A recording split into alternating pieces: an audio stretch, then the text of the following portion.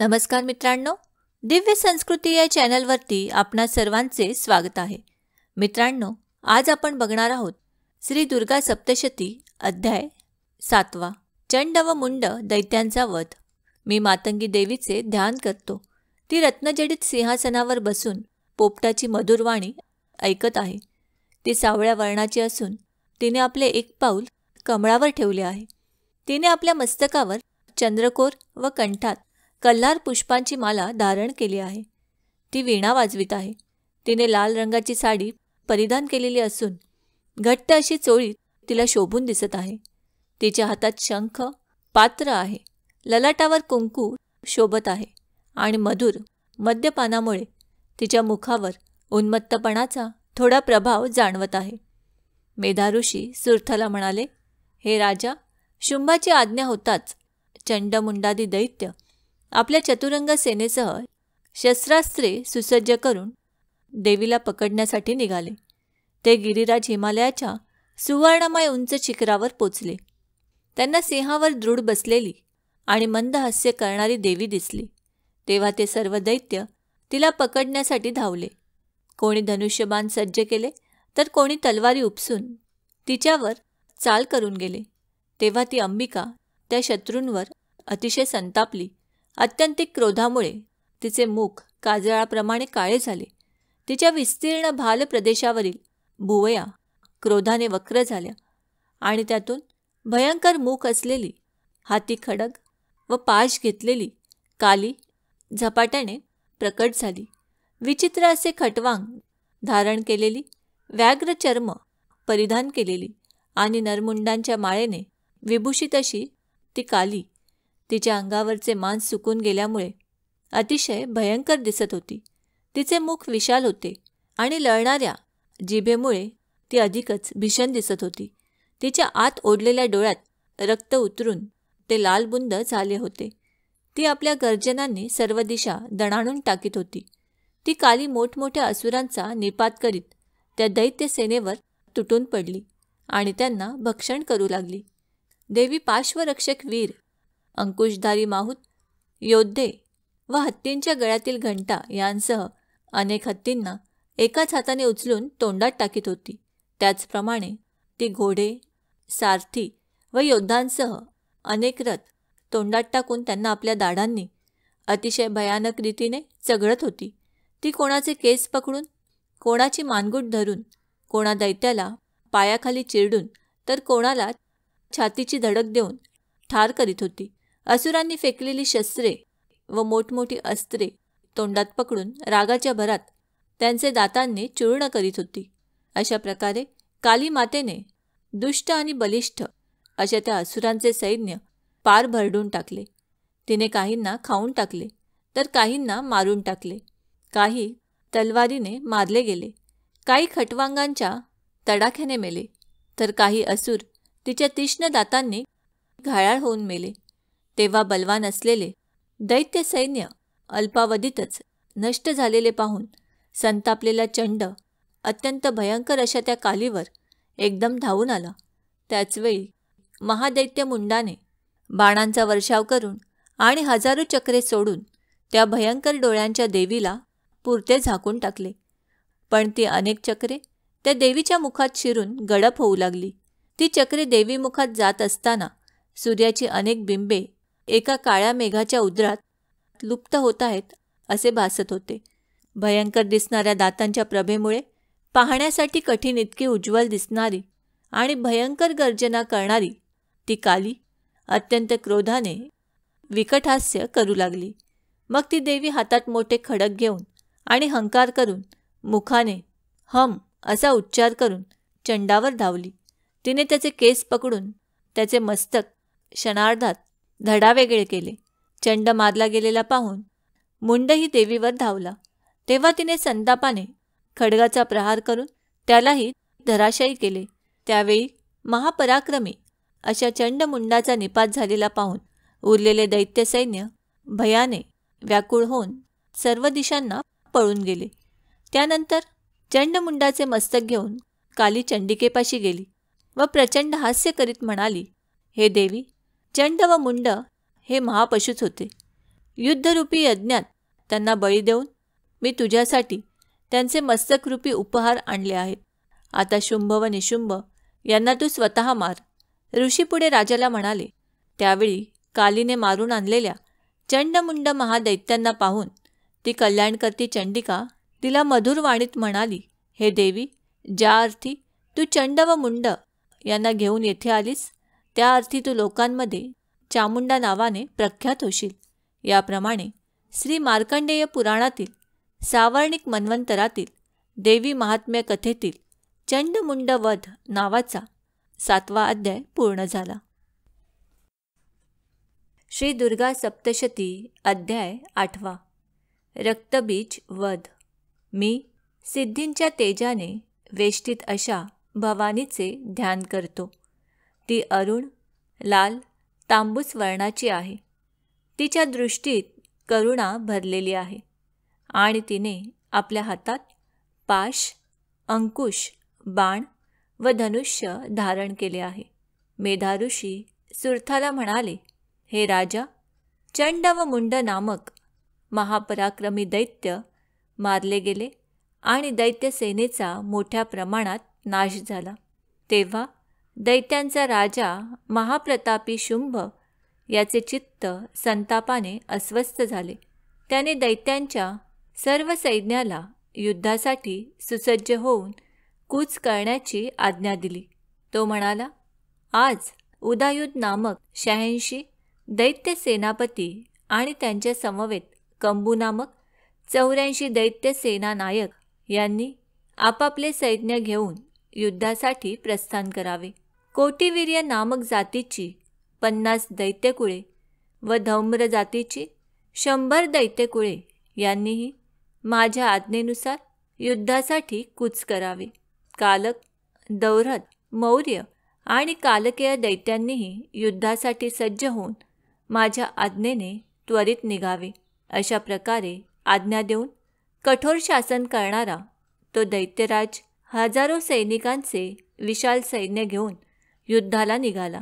त्याचे भयंकर सैन्य येताना पाहून चंडिकेने धनुष्याच्या दोरीचा टणत्कार करून पृथ्वी आणि अंतरिक्ष दणाणून टाकले.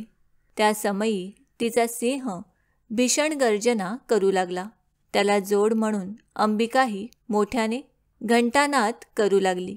याप्रमाणे धनुष्याचा टणत्कार, सिंहाच्या गर्जना आणि घंटेचा प्रचंड आवाज यांनी सर्व दिशा दुमदुमत असतानाच कालीने आपले तोंड पसरून अतिभयंकर असा निनाद केला. तो ऐकून दैत्यांच्या सैन्यांनी देवी चंडिकेला, तिच्या सिंहाला आणि कालीला क्रोधावेशाने चहूकडून वेढले.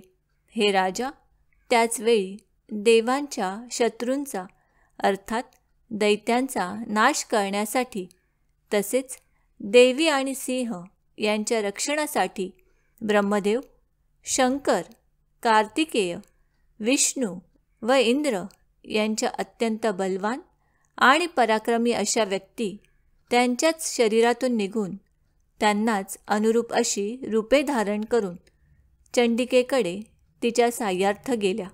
ज्या देवाचे जसे रूप, जशी वेशभूषा, जशी भूषणे व जसे वाहन आहे तशीच त्याची शक्ती होती.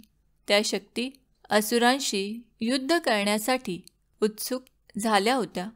सर्वप्रथम हंसयुक्त विमानात बसलेली अक्षमाला, सूत्र व कमंडलू धारण केलेली ब्रह्मदेवाची शक्ती आली. तिला ब्रह्माणी म्हणतात. त्यानंतर ऋषभावर आरूढ झालेली, हातात श्रेष्ठ त्रिशूळ धारण केलेली, महानागाचे वेटोळे धारण केलेली आणि मस्तकावरील चंद्रकोरीने विभूषित अशी शंकराची शक्ती माहेश्वरी आली. दैत्यांशी युद्ध करण्यासाठी हातात शक्ती धारण केलेली कार्तिकेयाची शक्ती कौमारी त्याचेच रूप धारण करून दैत्यांशी युद्ध करण्यासाठी आली. हातात शंख, चक्र, गदा, धनुष्य व खडग धारण करणारी विष्णूची शक्ती वैष्णवी गरुडावर बसून आली. अतुलनीय असे यज्ञ वराहरूप धारण करणाऱ्या श्रीहरीची शक्ती वाराही वराहदेह धारण करून तेथे उपस्थित झाली. नृसिंहासारखे शरीर धारण केलेली नृसिंहाची शक्ती नारसिंही आपल्या आयाळीच्या फटकाऱ्यांनी नक्षत्रांचे समुदाय स्थानभ्रष्ट करीत तेथे आली. त्यावेळी गजराज ऐरावतावर आरूढ झालेली, हातात वज्र धारण केलेली, सहस्त्र नेत्र असलेली आणि इंद्रासारखीच दिसणारी इंद्रशक्ती ऐंद्री ही सुद्धा तेथे आली. त्या देवशक्तींनी वेष्टीत असे शंकर चंडिकेला उद्देशून म्हणाले, हे देवी, आता या असुरांना तू त्वरित मारून टाक, म्हणजे मला आनंद होईल. त्या समयी देवी चंडिकेच्या शरीरातून अत्यंत भयंकर आणि अत्यंत उग्र अशी चंडिका शक्ती प्रकट झाली. ती शेकडो कोल्हिणींसारखा भयानक आवाज करू लागली. अपराजिता देवी धूम्रवर्णाच्या जटा धारण करणाऱ्या शंकरांना म्हणाली, हे भगवान, आपण माझे दूत म्हणून शुंभ निशुंभांकडे जा. अत्यंत गर्विष्ठ अशा त्या दोघांना व युद्धासाठी आलेल्या अन्य दैत्यांनाही माझा असा संदेश द्या की जर तुम्ही जिवंत राहू इच्छित असाल तर पाताळात निघून जा. इंद्राला त्रैलोक्याचे राज्य पुन्हा मिळाले पाहिजे. देवांना आपापला यज्ञ भाग उपभोगता आला पाहिजे. जर तुम्हाला बळाच्या घमेंडीने युद्ध करण्याचीच इच्छा असेल तर पुढे या. माझ्या योगिनी तुमच्या मांसाने तृप्त होत. त्यावेळी देवीने भगवान शंकरांना दूतकार्य करावयास नेले, म्हणून ती लोकांमध्ये शिवदूती या नावाने प्रख्यात झाली. शंकराच्या मुखातून देवीचा संदेश ऐकून महादैत्यही अत्यंत क्रोधित झाले. संतापाने बेभान झालेले ते दैत्य कात्यायनी देवी असलेल्या ठिकाणी चाल करून गेले. तिच्यावर समोरून बाण, शक्ती व रुष्टी यांचा वर्षाव करू लागले. तेव्हा तिने धनुष्याचा टणत्कार करीत मोठमोठे बाण सोडून त्यांनी फेकलेले बाण, शूल, शक्ती, परशु आदी सहजतेने तोडून टाकले. तिच्या पुढे काली त्रिशूळाने शत्रूंचे विदारण करीत आणि खटवांगाने त्यांचा चुराडा करीत रणांगणात संचार करू लागली. ब्रह्माणी देवी जेथे जेथे धावली तेथे तेथे आपल्या कमंडलूतील जल शिंपडून असुरांचे सामर्थ्य आणि पराक्रम नष्ट करू लागली. माहेश्वरी त्रिशूळाने, वैष्णवी चक्राने, तर संतप्त झालेली कौमारी आपल्या शक्तीने दैत्यांचा संहार करू लागली. ऐंद्रीच्या वज्रप्रहाराने विदीर्ण झालेले शेकडो दैत्य व दानव रक्तबंबाळ होऊन धराशायी झाले.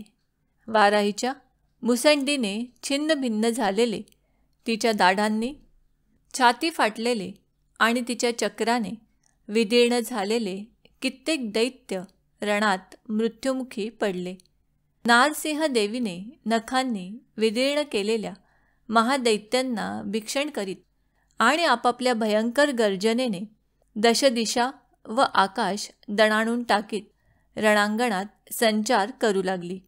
शिवदूतीच्या प्रचंड हास्याने अत्यंत भयभीत झालेले कित्येक असुर मूर्छित होऊन भूमीवर पडले. त्यांना तिने तात्काळ खाऊन टाकले. अशा प्रकारे शुद्ध झालेल्या मातृगणांनी नानाविध उपायांनी मोठमोठ्या असुरांचे मर्दन केलेले पाहून दैत्य सैनिक प्राणभयाने पळू लागले. ते दृश्य पाहून रक्तबीज नामक महादैत्य युद्धासाठी आला. त्याच्या शरीरातील रक्ताचा थेंब भूमीवर पडताच त्याच्यापासून त्याच्यासारखाच शक्तिशाली असा दुसरा रक्तबीज पृथ्वीवर उत्पन्न होत असे. या वैशिष्ट्यामुळेच त्याला रक्तबीज हे नाव पडले होते. तो महादैत्य गदा घेऊन इंद्रशक्ती इंद्राबरोबर युद्ध करू लागला. तेव्हा तिने आपल्या वज्राने त्याच्यावर प्रहार केला. त्या प्रहाराने घायाळ झालेल्या रक्तबीजाच्या शरीरातून बरेच रक्त वाहू लागले. यातून त्याच्यासारखेच रूप असलेले व त्याच्या एवढेच पराक्रमी योद्धे उत्पन्न होऊ लागले. ते पुरुषही भयंकर शस्त्रांचे आघात करीत मातृदेवतांशी भीषण युद्ध करू लागले. इंद्रीच्या वज्रप्रहाराने जेव्हा त्याचे मस्तक पुन्हा घायाळ झाले तेव्हा रक्त वाहिले आणि त्यातून हजारो पुरुष उत्पन्न झाले. त्या युद्धात वैष्णवीने रक्तबीजावर चक्र फेकले तर इंद्रीने त्याला गदेने मारले. त्या समयी वैष्णवींच्या चक्राने घायाळ झालेल्या रक्तबीजाच्या शरीरातून जो रक्तस्राव झाला त्यातून त्यांच्यासारखेच हजारो महादैत्य उत्पन्न झाले. त्या महादैत्याने रक्तबीजाला घायाळ केले. तेव्हा संतापलेल्या त्या असुरानेही मातृदेवतांवर गदेने वेगवेगळे प्रहार केले. शक्ती व शूल यांच्या प्रहारांनी अनेक ठिकाणी जखमी झालेल्या त्याच्या शरीरातून जो रक्तस्राव वाहू लागला त्यातून शेकडो असुर उत्पन्न झाले. त्यांनी सर्व जगच भरून गेले. तेव्हा देवांना मोठे भय वाटू लागले. त्या समयी देवांना उदास व साशंकित झालेले पाहून चंडिका त्वरेने कालीला म्हणाली, हे चामुंडे, तू आपले तोंड विस्तीर्ण कर आणि माझ्या शस्त्रघाताने रक्तबीजाच्या शरीरातून पडणारे रक्तबिंदू व त्यातून उपासक महादैत्य यांना वेगाने खाऊन टाक. अशा प्रकारे त्या रक्तोत्पन्न महादैत्यांना भक्षण करीत तू या रणांगणात सर्वत्र संचार कर. असे केल्याने तो दैत्य रक्तहीन होऊन नष्ट होईल. त्या भयंकर दैत्यांना तू भक्षण केलेस म्हणजे नवीन दैत्य उत्पन्न होणार नाहीत. बोलणे पूर्ण होताच चंडिकेने रक्तबीजावर त्रिशूळाने प्रहार केला.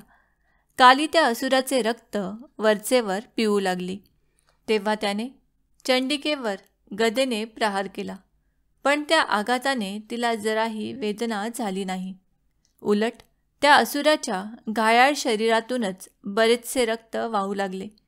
ते रक्त पीत असताना चामुंडा रक्तोत्पन्न असुरांनाही आधी उत्पन्न झालेल्या इतर रक्तबीज दैत्यांनाही खाऊन टाकले.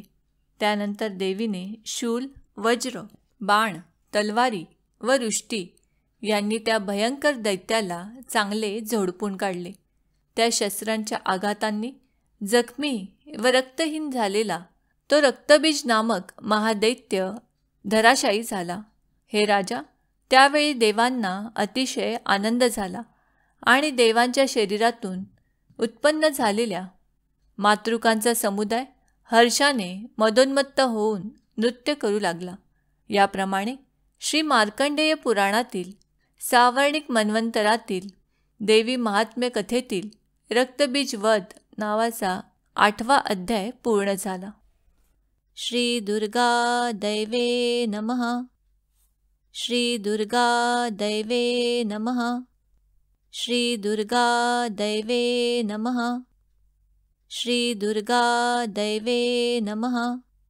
श्री दुर्गा दैवे नमः. श्री दुर्गा दैवे नमः. श्री दुर्गा दैवे नमः. श्री दुर्गा दैवे नमः. श्री दुर्गा दैवे नमः. श्री दुर्गा दैवे नमः. श्री दुर्गा दैवे नमः. ओम ऐं ह्रीं क्लीं कात्यायनाय नमः. ओम ऐं ह्रीं क्लीं कात्यायनाय नमः. ओम ऐं ह्रीं क्लीं कात्यायनाय नमः. ओम ऐं ह्रीं क्लीं कात्यायनाय नमः. ओम ऐं ह्रीं क्लीं कात्यायनाय नमः. ओम ऐं ह्रीं क्लीं कात्यायनाय नमः. ओम ऐं ह्रीं क्लीं कात्यायनाय नमः. ओम ऐं ह्रीं क्लीं कात्यायनाय नमः. ओम ऐं ह्रीं क्लीं कात्यायनाय नमः. ॐ ऐं ह्रीं क्लीं कात्यायनाय नमः। ॐ ऐं ह्रीं क्लीं कात्यायनाय नमः।